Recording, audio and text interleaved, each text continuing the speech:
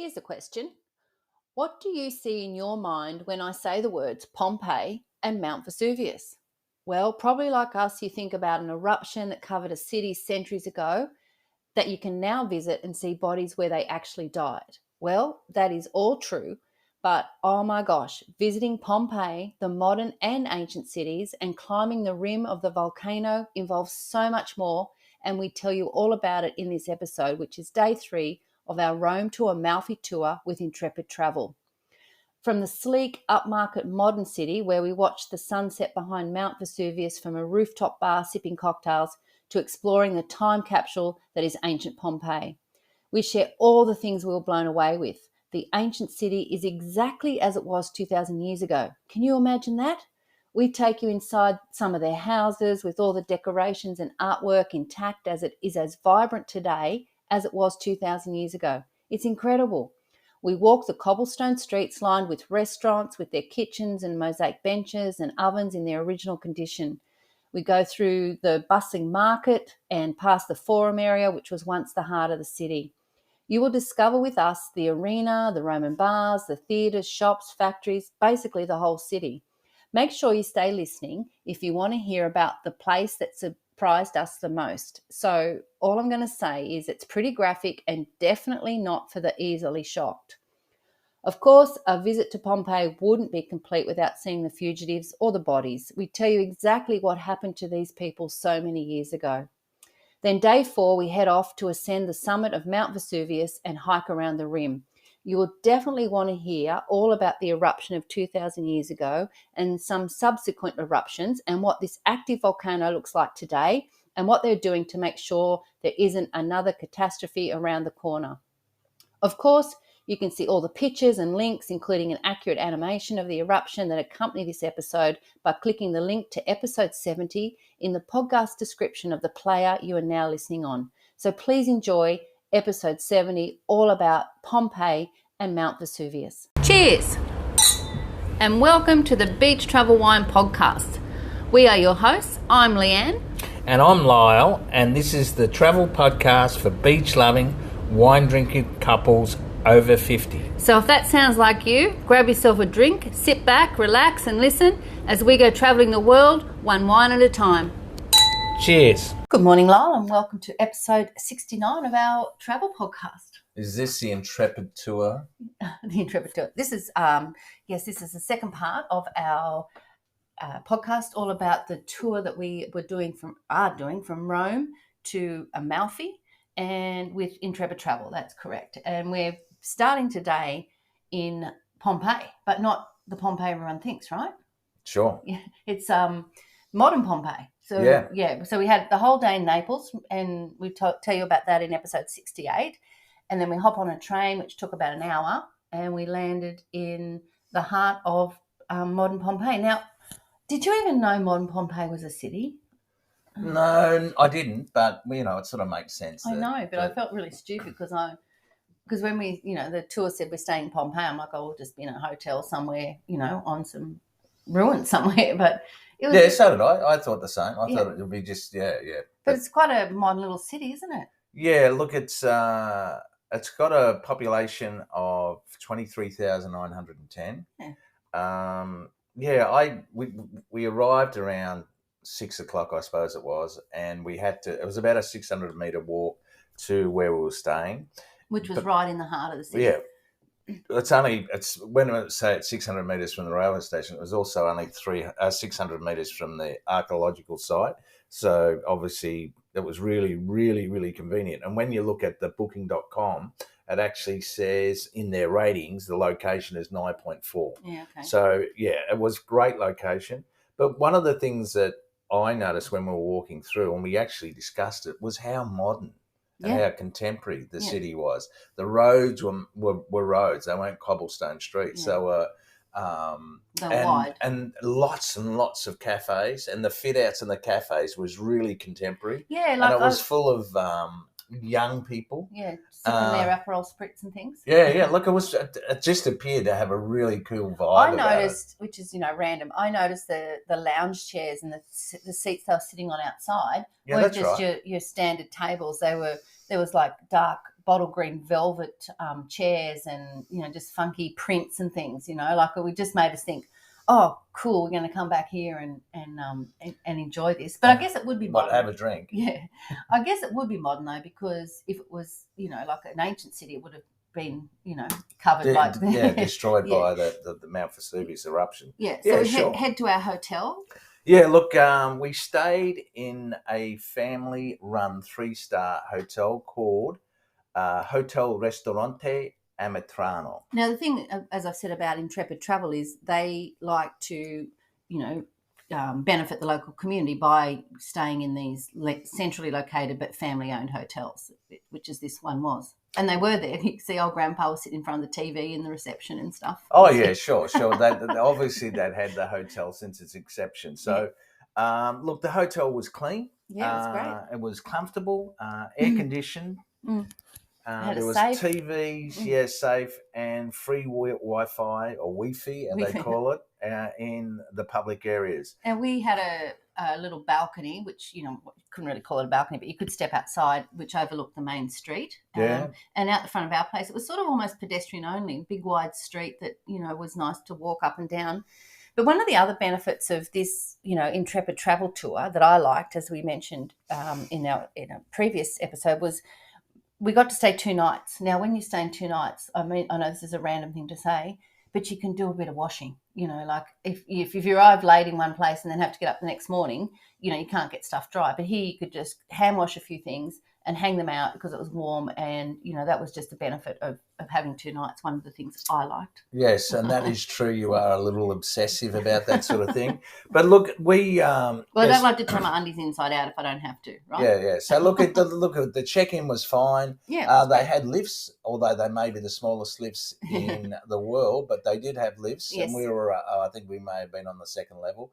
But look, it was great. They actually have a restaurant that operates 7 days a week. Yeah, dinner and basically, the menu that I remember was mainly local cuisine, and I had the grilled fish, and was absolutely delicious. It was nice. We sat outside. Luca organised a table for us, didn't he? Yeah, Luca again. He took charge, and Luca, for those who haven't listened to the previous episode, was our Italian guide. And on our tour with us, I probably should mention there's 8 of us plus the tour. There's Luca, as I said, the guide, and then we have Mandy and Christy, some fellow Aussies, Lynn and Cassia, mum and daughter from the UK, and our friends that we were travelling with, Wayne and Anne, and of course us. So it's a nice small group, and by this stage we've all got to know each other, and it's just enhanced the holiday being able to made some brand new friends, which has been fabulous. Yeah, I think we were really lucky because everybody got on. Yeah. So it was really good that way. Yes. We had a great dinner, and then after dinner, Leanne and I decided although it was about probably 9 o'clock, I think. Yeah, it was getting a bit later. We decided we'd go for a bit of a stroll, which we normally do, and walked around for a while, and then decided to have a nightcap. Yep, glass of vino. A glass of, vino blanco, and then we headed back home, and the bed was comfortable. We slept well.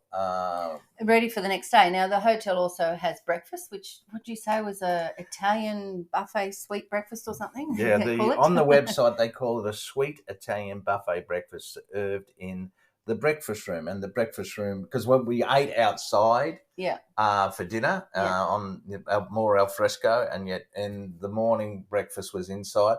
Look, it was great. No problem. So we were excited because all the group, because we were going to see the ancient site of Pompeii. Now, once again, let's talk about what we thought the ancient site of Pompeii was, because I'm not trying to sound ignorant here, but most of the stuff I've heard or seen about Pompeii, I mean, everyone knows there was a volcanic eruption that covered the city, but the things that you think that you're going to see was basically some old ruins and some bodies. That was what I thought it would be. Yeah. Yeah, sure. And I think the emphasis is on the bodies. Yes. But as it turns out, that's a very, very, very small part of the actual exhibition. Sure. And we didn't see the ruins, I suppose. And we didn't actually see that that to the end, did we? So No, that's correct. So we're about to head into the archaeological site of Pompeii, and let's tell people what you can expect to see in there. Yeah, look, Luca had again organised all the entry tickets and introduced us to our local guide, Clemate. Clemate was excellent, passionate, very knowledgeable guy. Yeah, and so when the actual eruption happened, that was 79 AD. Pompeii was a Roman colony. Now, at the time, Pompeii was a wealthy town with a population of about 11,000, enjoying many fine buildings and luxurious private houses and lavish decorations, furnishings, and works of art. It was originally founded by the Greeks in the 7th and to the 16th century BC. Then, under the Romans, Pompeii underwent a process of urban development, which accelerated in the Augustan period from about 30 BC. New buildings, including amphitheatres, gymnasiums, swimming pools, 2 theatres, and at least 4 public bars. An aqueduct provided water to the public bars, to more than 25 street fountains and many private houses and businesses. There were at least 31 bakeries, each with wood-burning ovens, millstones, and sales counter. There were nearly 100 inns or snack bars in which hot food and drinks were sold, with rooms where customers could eat their food. Also, there was wool processing was well developed, with 13 workshops that worked the raw materials, 7 that did the spinning, 9 the dyeing, and 18 the washing. I wonder what they made with that wool. That'd be interesting. Well, wouldn't it? Clothes, I would imagine. Sure.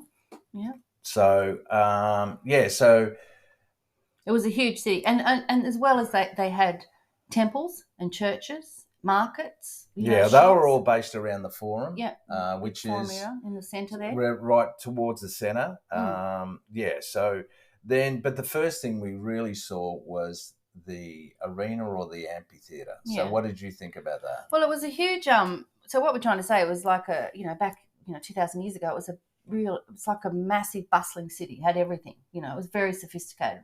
With the restaurants and things. But as we entered, we saw the big arena, which is like the Colosseum and like the arena in Verona.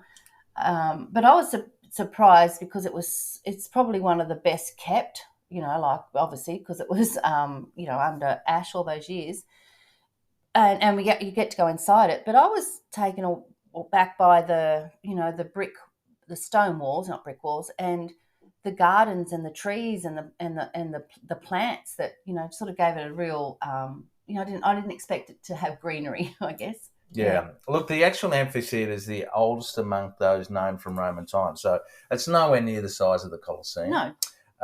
It was built in 70 BC and could hold up to 20,000 spectators.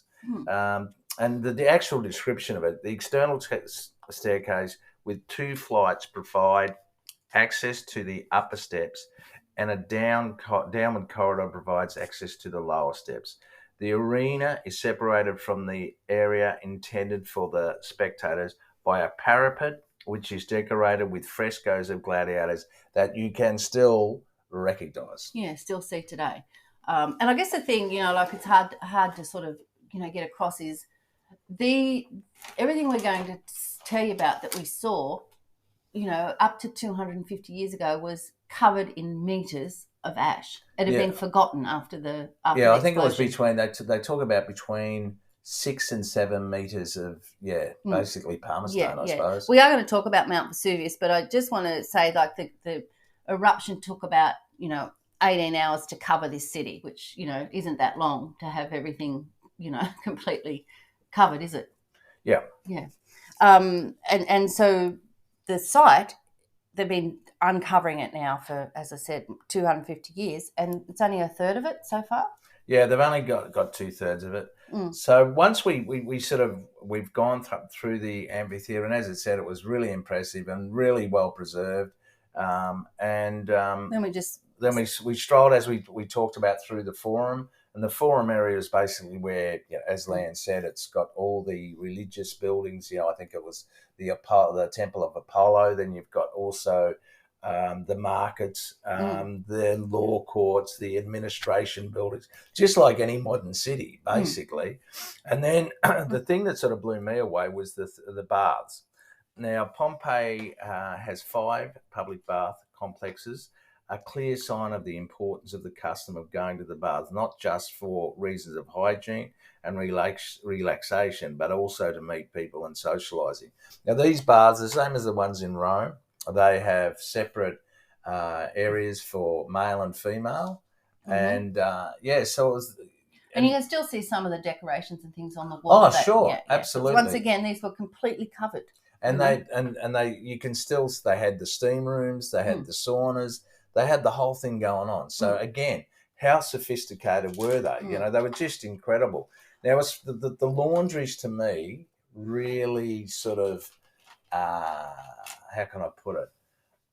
It was a surprise. Now, Pompeii had 12 ancient laundries. These were used for washing laundry and degreasing fabrics made from yarn that had just been spun. Spun, yeah. Laundry workers who were amongst almost exclusively slaves had to tread on the fabrics for hours in a liquid containing animal and human urine, considered ideal for treating fabrics. Now, this is where it gets a bit, how's your father? The urine tax in Pompeii. Urine was valued for its ammonia content, the natural enemy of grease and dirt, valuable for laundering clothes and whitening teeth. Yeah. And in Venice, blonding your hair. Correct. That's correct. The lower classes urinated into pots which were emptied into cesspools. Wealthy buyers of the urine paid the tax for this valuable liquid. Now, this is the really untidy bit. Urine remained a popular mouthwash till the 18th century. So I'd rather have no teeth.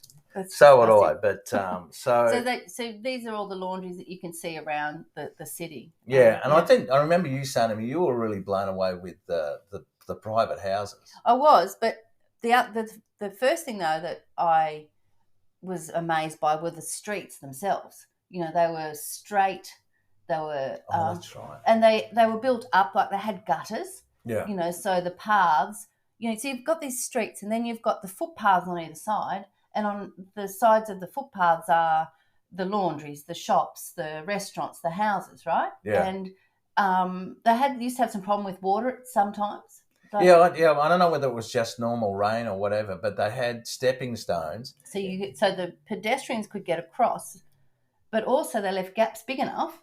Yeah, for the carts. Yeah, the wagon wheels to go across. And I've got some really cool photos of all this stuff we're talking about to go with episode 70. And if you, as I said, go to the player that you're on now and click on the link to episode 70, you will see all the pics. And I've got a really good one of the street just looking, you can imagine it just being a bustling street where people are going about their everyday business up and down, and the shops on each side. But as you just said, the private houses blew me away too. Yeah. And I've just got to keep going back to the fact that, you go to places like Rome where you've got all this stuff that's, been there for centuries still. But in Pompeii, this stuff's only been out in the air for 250 years. Like, it's been covered over. So as I said before, it's like a time capsule. So if you look at some of these houses, they're like double-story houses. And as you look at the entry hall, they've got mosaic floors, and they're pristine condition. Yeah, you got staircases. Yep, and the poles in the middle with more mosaics on them. Yeah, the columns. Yeah, the columns, and there's even a sunken living room area. You know, and then you can actually go into some of these places, the bigger houses that have their own courtyards, and like you're walking around the courtyards with the columns and the gardens in the middle, and you can just. It blows my mind that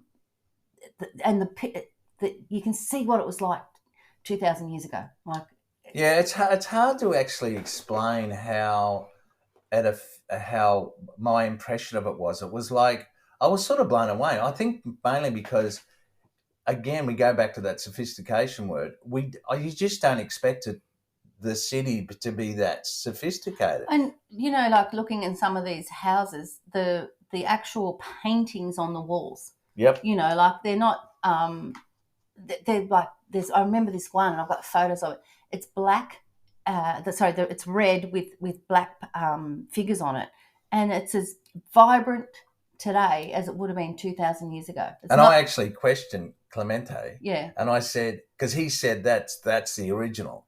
I said, well, that's not reproduced. He said, no, that's the original. Yeah. And that was one wow. example in the whole city of these things that you can see all over the place. One of the things that we saw in Pompeii was quite interesting to our tour that we're on and everyone on there.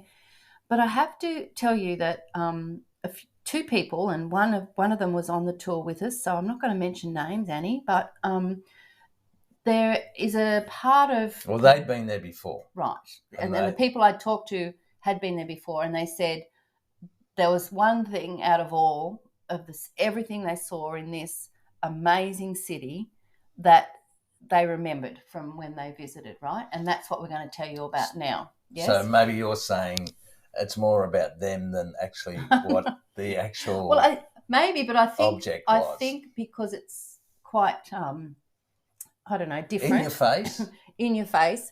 And I'm just going to also put a bit of a warning here. Like, that we are going to talk about some things that are a bit risque, and I have pictures to back it up that you'll want to go and have a look at. Yeah, I think what Leanne's saying is that the Pompeii population were very progressive. Some of them were, yes. In relation to their sex lives. Okay, so go on, tell people about it. Look, it's everywhere. You can't miss it. Like you're walking along, and Clemente was pointing it out. Prostitute houses had penis carvings on the houses with their names and how much their services cost. And they also had penis carvings on the ground as arrows and on the walls pointing to where the brothels were. Now, correct. And that's what my friends told me they remembered was that was the only thing they remembered. Of Pompeii, the only thing I remember were the giant penises on the walls and on the roads. Now, brothels had frescoes painted on the walls with what was available and the cost. Now, one of the ones we saw, there was a boy and a girl with a customer, and there was, seriously, there was nothing left to the imagination. I've got pictures of, basically, they had, like, around the walls, there would have been, maybe 4 on each wall, and they're all sort of pictures, probably, 50 centimetres by 50 centimetres. Basically, the menu. Right. Okay. And there's a bed and there's a boy and a girl or whatever's going on. They've got pictures of everything that, you could choose, as you said, a sexual menu. And these pictures are in pristine condition, and they're inside these places that have got the penises pointing on the walls and on the road. So, yes, quite in your face, vivid, and don't leave anything to the imagination. So I did a little bit of research there. I bet you did. And the La Pana, which is the Wolf's Den, was the official brothel. That was 2 stories with 5 bedrooms on each story. Right. So, look, they say it's the oldest profession in the world. That's what they say. So, but look, seriously, it was so in your face. You're sort of walking around going, what? Yeah, is that a... Yeah. And it was everywhere. Yeah. It wasn't just one part. So go and have a look. But with these photos that I've got of the pictures on the wall and the penises on the wall, the outside of the buildings and on the road, there were statues that had gigantic penises. Oh, I forgot all about that. That's true. And I've got a photo of that wheel. So as magnificent as David was, Michelangelo's David, and how small he was, this guy is like, it's ginormous. It's hilarious. So we're going to remember that about Pompeii too, because sure, because you just can't miss it. But as you said earlier, Leanne, that I found going to Pompeii actually enhanced the rest of the trip to Italy. In that, we've been to Florence, we've been to Rome, and we've seen all these magnificent monuments. But this is really the first time we actually have seen how they lived, Yeah. and they were a very, very sophisticated.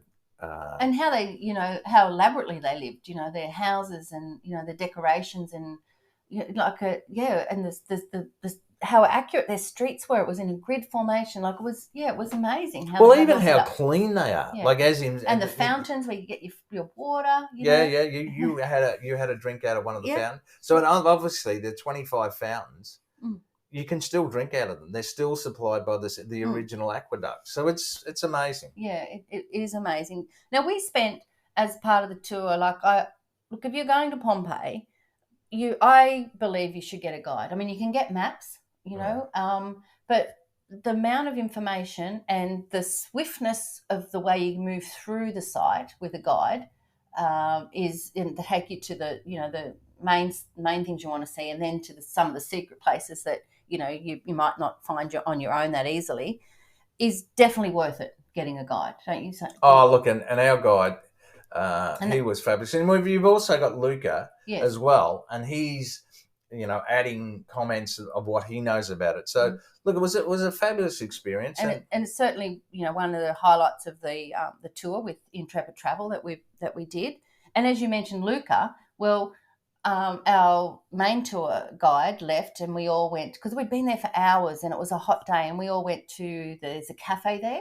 That's correct, yeah. So you can, get lunch, have a cold drink, go to the toilet, that sort of stuff. You can have a beer, which I thought was impressive. Yeah, good. And then Lucas said, well, I know it's hot, but there are some other things I'd like to show you. That's correct. And we were like, sure. We were, everyone on our tour absolutely loved Pompeii. And we couldn't get enough of it. So certainly amazing that this has been buried all these years, 2,000 years under bloody meters of dirt. It's amazing. And as a sort of the Clemente bid his farewell, and as Leanne said, Luca sort of took over. One of the things that everybody, I'm sure, or most people would recognise is the bodies of Pompeii. I remember Christy, our gorgeous friend Christy, she said, what's everyone feeling? How are they going to feel about Pompeii today? And I said, I think it might be a bit disturbing seeing the bodies. But it actually wasn't disturbing because after you'd seen everything else, even if you hadn't seen the bodies, it was, there's quite a few actually in glass cabinets around the place as well. But the ones that we wanted to see are the ones that were actually in the position they were found in. So this is where they died 2,000 years ago. Yeah, and look, the local, what they call is the fugitives. Now, why they call it that, I can only assume it's because they're running away from the eruption. Archaeologists, how do you say that? Archaeologists. That's the one. Have uncovered 1,150 bodies. Yeah. Now, when the skin and tissues of these bodies decayed, they left a void in the layer of ash around them in the exact shape of their final moments. So what they did was they made casks of these. Yeah. So some of them are lying there with children. Yeah, look, it's in fetal positions, and there's, what would there be, about 11 or 12 of them there together? Yeah, and that display. Yes. And I have a photo of all of those. So once again, episode 70, Beach Travel Wine. Go and have a look, because I've got some really nice photos. Probably probably disturbing photos. Yeah. But yeah, you got to see them. But it's sort of one of those things that if you did find that uncomfortable, it's only a very small portion of the rest of what you see. I would find that most people might find the penises more uncomfortable than the bodies. Yeah, and there's probably more penises than bodies. But I think that, look, it takes about, I think, probably 3 to 4 hours, you reckon, to do it? Yeah, to do it properly, for sure. Yeah, I agree. So that was our morning around the Pompeii archaeological site. After an amazing morning in the Pompeii archaeological site. It's always going to remain one of my favourite things in Italy, just because it was so amazing what we saw. Luca had organised for us to go to a authentic restaurant for lunch. Yeah. Yep, it was the restaurant was called Campona. Campona. Now I do feel a bit guilty because he took us there because you can have this whole experience of dressing up in ancient Roman clothes and togas and that sort of stuff. Yeah. And you can have like the 4-course lunch, and which is the authentic food, and then you get the wine in a little pottery. Yeah, I've got a photo of that as well. Yeah, it's a huge pottery with handles, mug, and you have the local wine. Back in the time, it was just so hot in this, like that in the restaurant. But it was also like it was very, very hot day. Yeah, but there was no aircon or anything. No, that's right. So we'd sort of spent, about 4 hours at Pompeii, the actual site, and we were all perspiring. And we just wanted water and to strip off, really. So, but Luca did get dressed up. Yes, he did have the food, and we all got to have a little look at it and sample it and try the wine in the pottery mug, which was nice. But that was a nice little debrief, wasn't it, of our morning, and everyone was sort of laughing about the penises and the pictures on the walls, and then talking about the bodies and, like just how amazed they were at the whole site and everything, weren't they? Yeah, well, I think, everybody was becoming a lot more comfortable with each other. Yeah. So, talking about the penises on the roads and that sort of stuff. And that wasn't all we talked about, but it was quite funny. I think everybody, to be honest, was super impressed with what they just experienced. Now, Leanne and I didn't have the traditional authentic Roman banquet, but what we did have, Leanne had the pork cheeks. That was divine. And I had the lamb shanks. And seriously, so far, Luca, 10 out of 10 for each restaurant that he picked so far. The food was magnificent. The service was great. And that's another benefit of being on tour. You don't even have to think about where you're going to eat, So then we had a bit of a not problem, but we're trying to get a taxi back. It wasn't that far back to the because we come out a different exit to where we went in, and it was further away, and we were all so hot we'd walk thousands and thousands of steps that Lucas said, "I'll get us all a taxi back." Well, Lynn and Cassia decided they'd walk. And, we had trouble getting a taxi, but eventually Luca got us one, didn't he? Yeah. And we would have found it difficult without Luca. Yes. So that was good. And we had a free afternoon where you and I had a bit of a afternoon nap. We were, in the aircon, didn't we? Yeah, it was good. And later on, we did something really special, didn't we? We did. Yeah, after our poor friend Wayne, he had a bit of problems walking around in the heat, didn't he? So poor old Wayne, he had a bit of chafing. And to be perfectly frank, I had a little bit too, and there's nothing worse. But Wayne had it worse than me, and he had a very, very strange walk. But he went out we all went out that night to a very, very, very special place. So I guess the reason I brought up Wayne, sorry to go back, was just, think about what you're wearing, walking around in the heat for 4 hours, because it can cause problems, yeah? Sure. Yes. But yes, so we went out and not all of us went. I think Luca and Lynn stayed back at the hotel, but the rest of us headed off because the girls. So see, that's another thing, traveling with a group of people, especially young, vibrant people. They find the rooftop bars and places to go. I didn't even know there was a rooftop bar, so we followed them. Yes, we did. And we ended up. What was the name of that place? It was called the actual hotel was the Habitat 79. Yeah. And the actual bar, and they obviously showed a lot of imagination. It was called the Roof Bar. Okay. And how beautiful was that? Oh, look, it was like you had a fabulous view. You were actually. I'm going to talk about the view. But had some photos. But the plush furnishings, and I think Wayne and maybe Christy sat down. They had these big green bean bags, and but there was a what was the word? A stipulation that the only reason we could stay was it was a €25 minimum per person. per person. that you Yeah, had to yeah. spend. So Leanne and I knew we wouldn't have a problem Well, I spending think the that much. cocktails were €20, so it was never going to be an issue. Yeah, and So, we had something. We had yeah. a like a little snack, and well, I think it was. I can't remember exactly what it was, but I do remember it was beautiful. Yeah, it was great. Also, it was a lobster thing. Yeah, it was lovely. Taco. Yep. That's what it was. It was a lobster taco, So and it was magnificent. It was, and I actually made some new friends. I went over to take some photos. That's and right, you did. was chatting to some other Aussies over there. But let me tell you about this rooftop bar, and besides the furnishings, and we're there after such a great day, and everyone's in this great mood, and we're all chatting, having a lovely time, nice cocktails, funky food, and the sun setting. Now the sun is setting over Mount Vesuvius. So from this rooftop bar, you've got the panoramic views of Mount Vesuvius, which, when you hear about all the damage it did 2,000 years ago, you can't imagine it because it's just this gorgeous big mountain.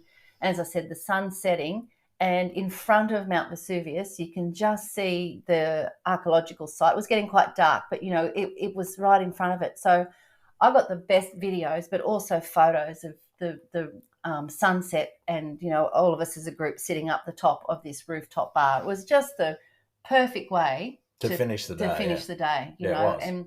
And so definitely and that was a benefit of staying in Pompeii. You got to see this. Like imagine if you had to hop on a bus at 1:00 and head back, back to where you're staying. Like we could just take it all in, and I think that added to the atmosphere of the whole Pompeii thing, don't you? Sure, and I don't think that particular rooftop bar is the only rooftop bar. Look, it's a really sophisticated city. Like it's really, really nice, comfortable, safe. It was beautiful. Yeah, you could go there even if it didn't have the archaeological site. Sure. Yeah, it's just a great place. All right, so enough of the rooftop bar. We're going to head home because we are heading into the next day, which is day 4 of our Intrepid travel tour. And we're actually going to go up to Mount Vesuvius. Imagine this. It's a normal day in 2,000 years ago in August in 79 AD. It's 8 a.m. in the morning. There's clear skies, a few clouds around, nothing seems afoot. But all of a sudden, the birds start to get a bit funny, some dogs start to bark, and you start to see some smoke just starting to come out the top of the Mount Vesuvius. I guess you don't think much of it. It's a volcano. But then there's a bit of a shake, a bit more smoke, and by 1:00, there's more smoke, right? And so that's sort of, the 5 hours there. And about 1:00, the top blows off the top of the mountain, and it's the first phase of the explosion, and it sends debris and ash, everything up into the air, about up to 30 kilometers into the stratosphere. So it's gone from nothing at 8:00 to that, and then it just gets worse from there. The sky gets covered in grey. There's earthquakes, and by 18 hours later, basically Pompeii is covered, the volcano's blown, and it is spread molten ash and pumice stone meters thick over the surrounding area. Yeah.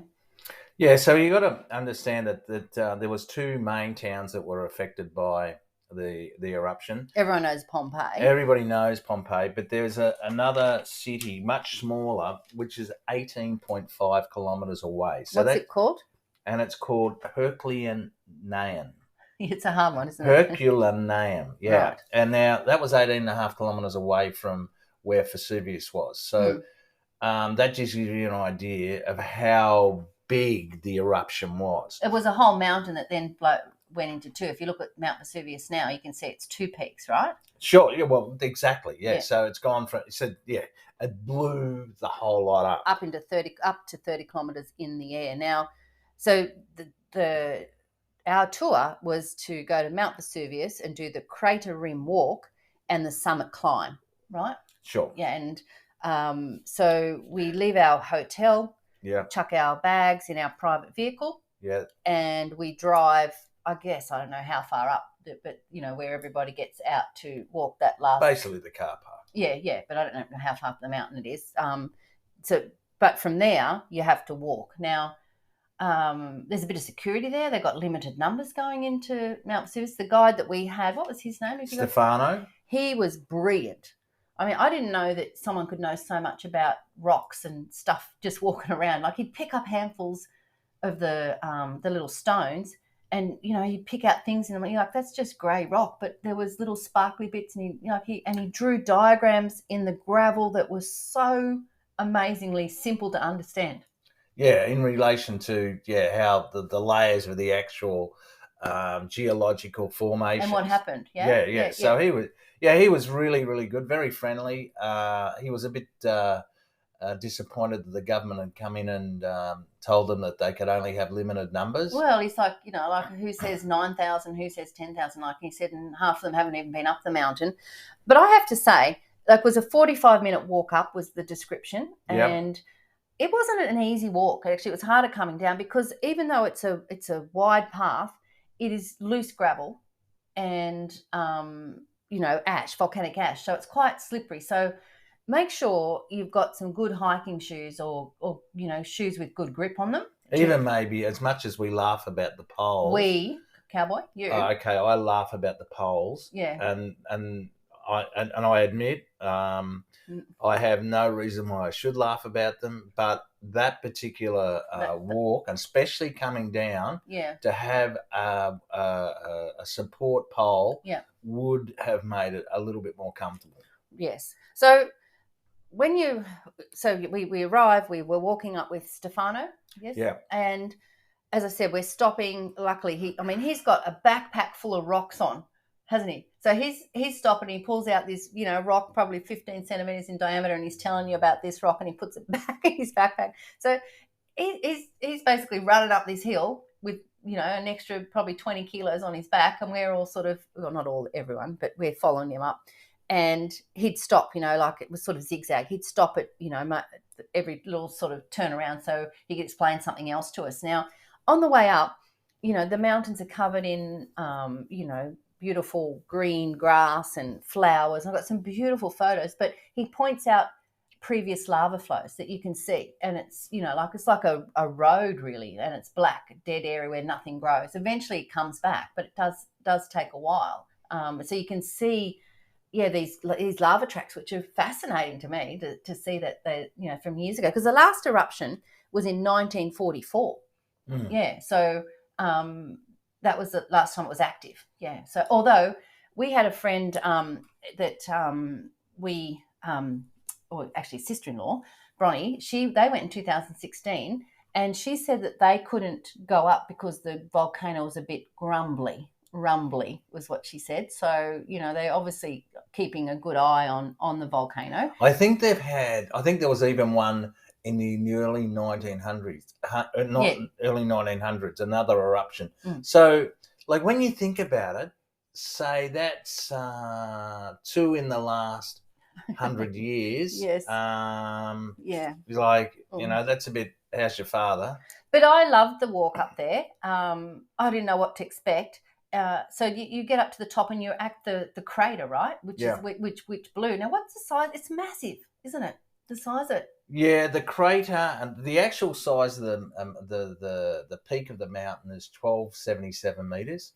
The crater circumference is 450, and it's 450 meters, and the depth is 300 meters. Yeah, so I've got some really good photos, and I've got a nice group photo of our Intrepid travel group all together right at the top of Mount Vesuvius.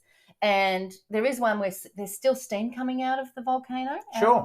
Not a lot, but it is there. I think you got photos of that. Yeah, sure. Yeah, I've got lots of photos up there. And you can generally see 360-degree views of the Bay of Naples, although it was a bit foggy this day, but I guess when you're up at nearly 1,300 metres, you're going to come across fog, aren't you? Sure. But you can walk maybe halfway around the rim of the crater. You can't go all the way. There's a stop. There's like a little observatory place And there's tours running all the time. So if you want to go up your own, you can do a tour from the top around the rims, But I think what we did was amazing. And once again, it's just part of the tour because we learnt so much about volcanoes and how it erupted and what happened. Now, in the show notes to this episode 70, I'm going to put a link to an animation of the eruption. And it's set sort of like you're in Pompeii looking back at Mount Vesuvius. And the video goes for about 8 minutes, but it's worth having a look at. It's already had over 28 million views. So it's such a great representation, and it just gets you in. It's really fascinating. So go and have a look at that. As I said, you'll find in the podcast player you're listening on, in the description to this episode 70, you'll find a link back to the show notes for that. So, or just go to Beach Travel Wine and find the latest podcast and you'll see it there. So anything else you want to tell us about the... Yeah, I suppose really what I want to talk about now is how detailed Stefano, our guide, went into actually what had happened. So there was a major earthquake about 17 years prior to the volcano eruption, which obviously then altered what happened underneath. Happened underneath. What do they call that? Subterranean slabs. Yep. And as Leanne said, that the actual explosion was that intense that it blew the top off the mountain, so that now you see two peaks. Well, they're saying it was as strong as the bomb on Hiroshima. Correct. Yeah. Now, just to be aware, it's actually the fourth strongest eruption in the world ever. Oh, really? Yeah. Okay. So how did you say it went up 30 kilometres, was it? They're saying between 15 and 30 kilometres into the stratosphere. That's when it blew. So into the stratosphere. So that's amazing. So now, just to make you aware, there's two parts to it. There's the magna, which was 8 kilometres below the surface. The magna for the molten rock, that is underground, and lava molten rock is that molten rock that breaks the surface, right? Now, the temperature of the magna, this is 8 kilometres underneath the surface, was between 1,300 and 2,400 degrees Fahrenheit. That's hot. And now, the temperature of the lava, obviously, which breaks the surface, was 1,300 to 2,200 degrees Fahrenheit. So that at the maximum, there's only 200 degrees difference, which doesn't sound that much. But when you consider that 1,300 degrees Fahrenheit is 704 degrees centigrade, Celsius, it's hot. Now, the eruption lasted about 18 hours. Yes, it did. It engulfed the city of Pompeii with ash. Yes. In about 10 to 20 minutes. So it went for 18 hours, but it was covered. So when it blew, it blew. Pompeii was destroyed by rain of ash and lapillus. Now, lapillus is the unconsolidated volcanic fragments that are ejected during the volcanic explosion. So that was what Leanne was talking about before, when these rocks in flames as big as basketballs, probably bigger. Some were bigger. And you can see some of them on actual Mount Vesuvius, and there's the cross section, and you can tell they're from from inside the volcano, from the cross section of what's inside them, and they call them like volcanic bombs, I think. But I think, I don't know if we did say this, most people in Pompeii died from asphyxiation though. Yeah, derived of oxygen. Yeah, so it was because the air, obviously they couldn't breathe. And then everything was destroyed in fires, and you'll see that in the animation from these lava balls and bombs hitting, and which is pretty awful. But it would have been horrific, and the interesting, because no one would have really known what was going on. You could turn around and say the locals would have known that there was a volcano there, but they'd never experienced a volcano. No. So all of a sudden, this thing just explodes. But the interesting thing about the comparing Pompeii and Herculaneum is that even though it was 18.5 kilometres, which I've said they're separated by 18.5 kilometres, the main cause of death in Herculaneum was excessive temperature rather than the gas inhalation of the lager-related accident. So basically, their blood boiled. And that was to do with, I remember our guide saying, the water rushed in where the void was with the lava, and then when it hit the lava, the steam and the heat that came from that, was what caused the deaths down in that other place. Yeah, you can't say it either. No. Good. Yeah, but it starts with H. Yes. Yeah, so scholars estimate that there were about 1,200 people living in, 12,000 people living in Pompeii and almost as many in surrounding regions. Around 2,000 people died in Pompeii and 300 unknown to have died in the city starting with H. Very good. You'd expect with the history of the volcano that there wouldn't be anyone living anywhere near it today, but it's actually regarded as one of the most dangerous volcanoes in the world because, get this, 3 million people live near enough to be affected by an eruption. Can you get that? With at least 600,000 in the danger zone. It's the most densely populated volcanic region in the world. Yeah, I'd hate to be trying to get insurance. Yeah, you said contents insurance or house insurance. I mean, do you live near a volcano? Yes. Well, I think it's crazy, but it is still active. The Vesuvius Observatory carries out control of seismic volcanic area through a network of seismic stations. You'd have to, wouldn't you? Yeah. When an appointed set of geological activities occurs, an eruption warning is issued. Right.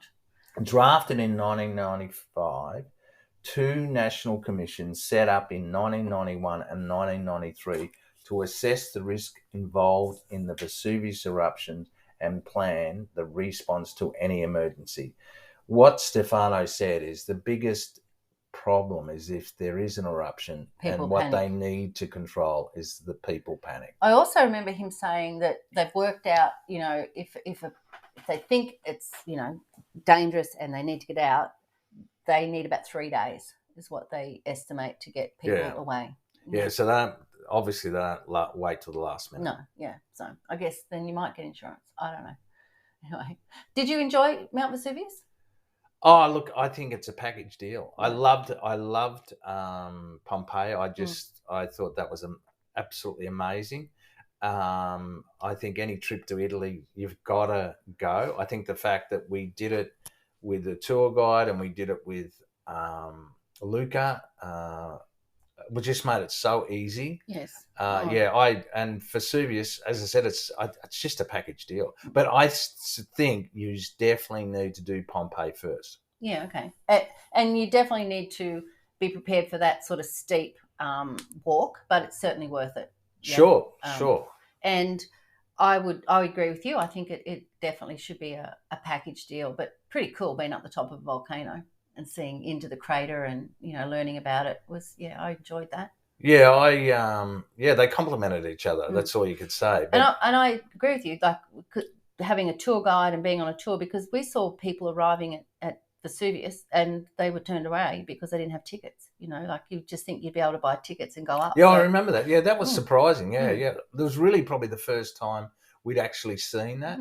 Now, just be aware too, they say that there's toilets, which there are at the car park, but some of our... I went in and to use the toilet and he said you had to buy something. So I paid €2 for some muesli bar and the toilets were disgusting. And I think I was the first one to go in, so everyone after me got it even worse. Like it was dreadful. Did you make a mess? Well, no, it's just like there's no flushing or anything. So like, okay. Yeah, it wasn't pleasant. Okay. But that's probably not a nice way to end the podcast, really. So let's move on. Day 4 of our tour with Intrepid Travel with all our friends, and I think another benefit of traveling in a small group like this was we're hopping on the bus. And we're heading to our next stop, which I'm going to tell you about in a minute, but you get to share it with all these people. I mean, you and I, it's nice. We share, we take our photos and, telling family about it. But how nice to share these amazing experiences with, some old friends of Wayne and Anne, but also our new friends. I really enjoyed that part of it. So I'm going to put a link to Intrepid Travel and the tour that we actually did, because I just think it's, one of the best things you could do in the show notes. Now, I'm also going to put some other things, links in there, because I want you to go to the show notes to go with this episode 70. I'm going to have photos of the bodies that, or what do you call them? Not the refugees, the fugitives, the rooftop bar, the volcano, obviously the ruins, also all those pornographic pictures that we took. I'm going to have, they're all in there. So it's worth going to have a look at the map, because you'll see where Pompeii is in relation to where we stayed in our hotel and where it is in relation to Mount Vesuvius. There's so much to go and have a look at with episode 670, of this podcast at beachtravelwine.com. But before we finish, I am going to get in first, because my favourite place to have a glass of wine was the rooftop bar. And you? Probably the same. However, I think the dinner that we had the first night at the hotel, the food was just brilliant, and I think in that main area. I think we may have had a Chianti Classico Reserva for with my lamb shank. No, that was the restaurant, the fish, and it was it was beautiful. Look, I thought it was great. But are you going to mention something regarding a movie we watched? Oh, look, I've got a couple of things.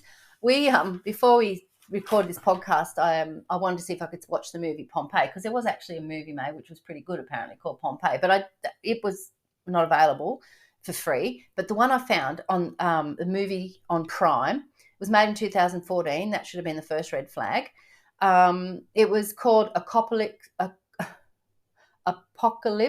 Pompeii, and the story was like an old CIA agent or whatever, has to rescue his family from an eruption in Pompeii. And I'm like, oh well, we'll get to see the mountain, and we'll get to see the ruins. It was the worst movie we've ever seen, but because we were so invested in it, we couldn't leave it. I think only because we'd been to Pompeii and we knew it wasn't even in Pompeii. It was filmed in Bulgaria. Yeah, it was. Yeah, so I don't know the point of mentioning that. So if you want to, neither do I. But it was, it was the worst movie I've ever seen. So if you want a movie to watch, it's called Apocalypse Pompeii. It's on Prime. You get a good laugh. Yeah. Sure. Yeah, they're what are these? The effects. Oh, the special effects. Special effects jumping out of helicopters. Were disgraceful. Anyway, so we've left Mount Vesuvius. We're in our private transfer vehicle. We're all buzzing from our day. We're tired because we've just walked up the mountain, and we are off to our next stop where we're spending 2 nights, and that's coming up in episode 71. But I'll give you a bit of a teaser. It's one of the most beautiful places in Italy that people fall in love with. We had 2 nights in Sorrento. It was magnificent. And we went to the Isle of Capri. So there's all sorts of funny stories coming up about singing in a boat and jumping off the boats, and the most amazing restaurant I think we went to, even though the food wasn't that good, but the whole atmosphere was amazing, that we're going to tell you about, and that's coming up in episode 71. Anyway, that's the end of episode 70, all about Pompeii and Mount Vesuvius. So we will see you next week. So it's goodbye from me. Arrivederci, Leonita.